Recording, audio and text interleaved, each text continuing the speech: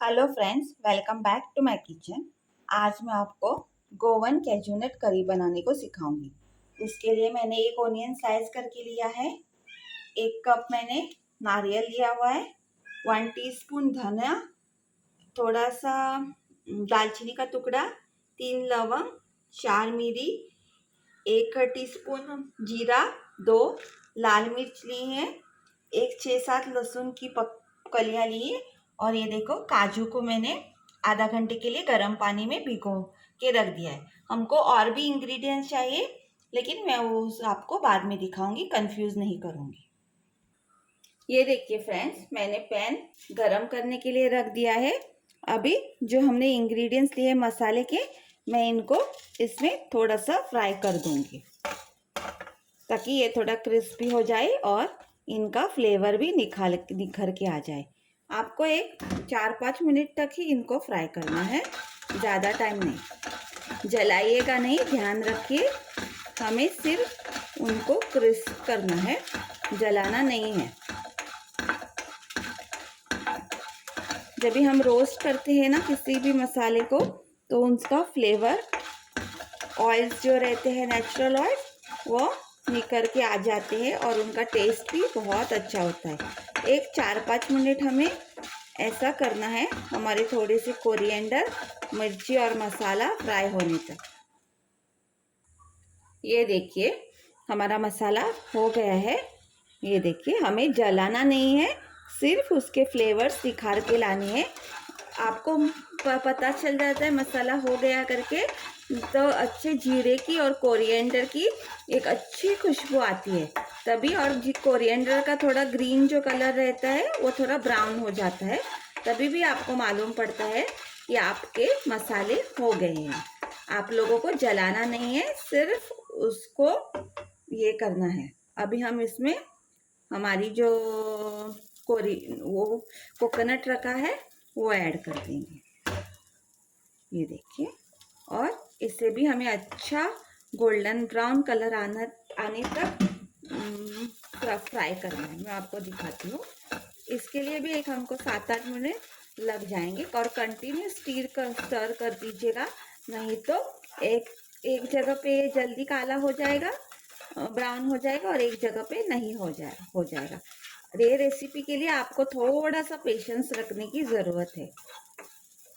ये देखिए, जल्दी हो जाता है, लेकिन आपको बहुत ध्यान से करना है। इसको जलाना नहीं है, अगर जलाएंगे तो आपको इसका बिटर फ्लेवर आ जाएगा। ये देखिए, मैं आपको ब्राउन होने के बाद दिखाती हूँ। ये देखिए फ्रेंड्स, हमारा कोकोनट का ब्राउन हो गया है, बिल्कुल रेडी है।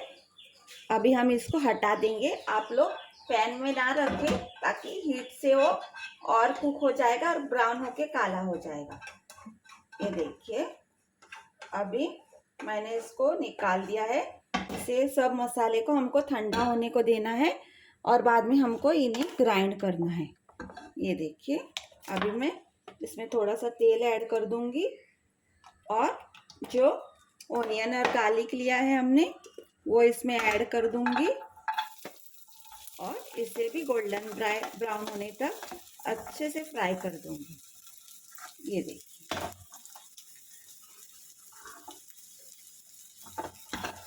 हमें इससे भी अच्छा गोल्डन ब्राउन करना है। और इसे ठंडा होने के बाद हमको मिक्सी में डाल के इसकी पेस्ट बनानी है। अगर आप चाहें तो इसमें इमली ऐड कर सकते हैं, लेकिन मैं इमली ऐड नहीं कर रही हूँ क्योंकि मैं टमाटोज ऐड कर रही हूँ। टमाटोज आप तो आधा टोमेटो और आधा इमली भी ऐड कर सकती हूँ, लेकिन मैं आज इमली ऐड नहीं कर रही हूँ। ये देखिए, मैं आपको ब्राउन होने के बाद दिखाती हूँ। ये देखिए, हमारे ओनियंस भी हो गए हैं। अभी मैं इनको प्लेट पे निकाल के ठंडा करके बाद में मिक्सर में थोड़ा सा पानी ऐड करके इसकी पेस्ट बना लूँगी। अगर आप चाहे तो इमली भी ऐड कर सकते हैं, मैं आज इमली ऐड नहीं कर रही हूँ। ये देखिए फ्रेंड्स, हमें इसमें से सिर्फ गरम मसाला चाहिए 1 टीस्पून, एक ऑनियन कट करके लिया है मैंने, और एक टमाटो। ये देखिए, पेस्ट को ग्राइंड कर लिया है।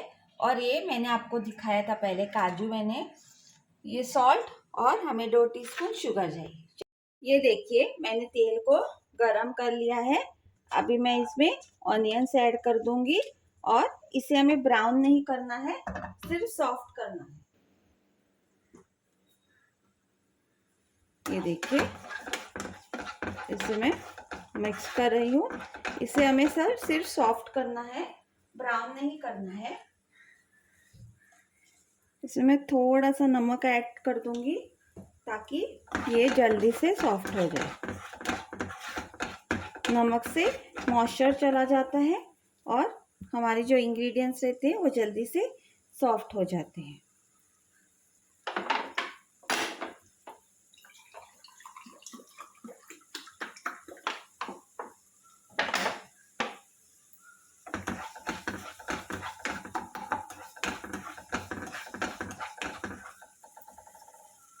ये देखिए हमारे ओनियन सॉफ्ट हो गए हैं। अभी मैं इसमें टमाटोज ऐड कर दूंगी। टमाटोज को भी हमको ज़रा सा ही सॉफ्ट करना है, ज़्यादा नहीं। थोड़े से चंक चंक जैसे रहने चाहिए, मिलने चाहिए। पूरा मैश नहीं करना है हमको टमाटोज को। ये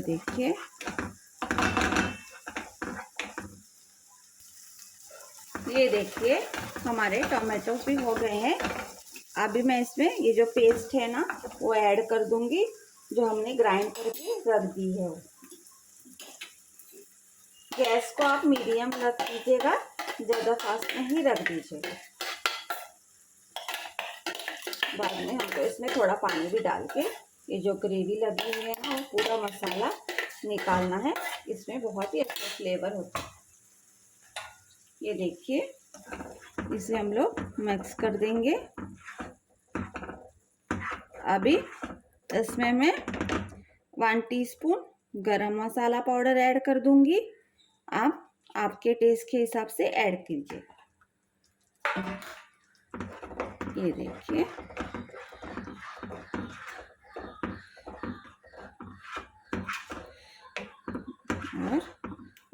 और इसे हमें पकाने की ज़रूरत नहीं है। इसको जस्ट थोड़ा सा नॉर्मल 1-2 बार बॉयल आ जाए बस है, क्योंकि हमने ऑलरेडी इसको फ्राई किया है ना, सो ये ऑलरेडी ऑनियंस वगैरह सब पक गए हैं।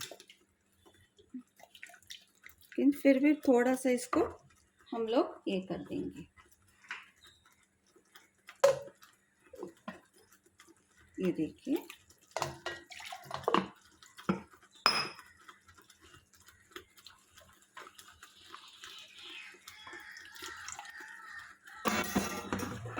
कलर देखिए इसका बहुत ही अच्छा आ रहा है। अभी मैं जो मिक्सर में मसाला रह गया है उसमें पानी ऐड करके इसमें डाल दूंगी, ताकि जो फ्लेवर्स सब मिक्सर में रह गए हो वो इसमें आ जाए। अभी हमने जो काजू बॉईल करके नहीं, गर्म पानी में डाल दिए थे, उन्हें हमें इसमें ऐड करना है, मिक्स करना है। आप लोग ग्रेवी की कंसिस्टेंसी आपके टेस्ट के हिसाब से एडजस्ट कीजिए। आपको कैसी पतली चाहिए या ठीक चाहिए, लेकिन वो ज़्यादा भी पतली नहीं रहती है और ज़्यादा भी ठीक नहीं रहती है। हम इधर वो लोग ब्रेड के साथ खाते हैं ना, इसके लिए ज़्यादा भी पतली नहीं और ज़्यादा भी थिक नहीं। आप अपने टेस्ट के हिसाब से एडजस्ट कर दीजिएगा। ये देखिए अभी हमें इसमें सॉल्ट ऐड करना है।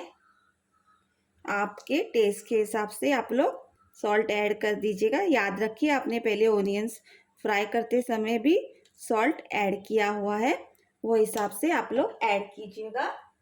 और इसमें मैं शुगर भी ऐड कर रही हूँ। अभी इसको थोड़ा सा 5 मिनट के लिए बॉईल आने दीजिएगा। बाद में हमारी ग्रेवी रेडी है, क्योंकि हमारे कैज्यूस हमने इसमें डाले थे ना गर्म पानी में, तो वो ऑलरेडी पक गए हैं। इसको 5-6 मिनट के लिए बॉईल आने दीजिए और थोड़े से कैज्यूस सॉफ्ट भी होने दीजिए। आपकी ग्रेवी रेडी है। ये देखिए हमारे ग्रेवी को बॉईल आ गया है और ये देखिए पूरा कोकोनट का तेल भी ऊपर आ गया है और इसका कलर देखिए बहुत ही अच्छा निकल के आया है। Please to try this and please to like, share and subscribe my channel and please do support me. Thank you.